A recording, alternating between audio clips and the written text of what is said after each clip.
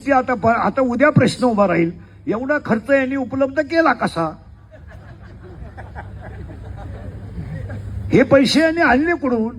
मग काही एक वर्ग असा म्हणेल जनतेतेच गोळा केले आणि जनतेला दिले, दुसरा वर्ग असा म्हणेल त्यांनी जनता लुटली,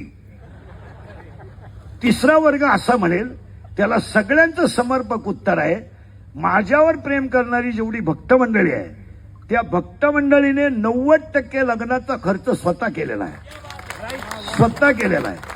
स्वदेश प्रॉपर्टी असेल, कातोरे साहेब असतील, आमचे सगळे मित्रपरिवार असेल, तुम्ही बँडवाल्याला विचारा, मंडपावाल्याला विचारा, आचार्याला विचारा, आतापर्यंत माझ्याशी 26 वर्षात एकाही बँडवाल्याने आचार्याने व्यवहार केला नाही.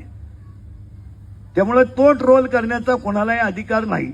ज्यांना आता आम्हाला देणाऱ्यांनी दिलाय, त्यामुळे त्याच्यावर चर्चा व्हायचं काही काम नाही.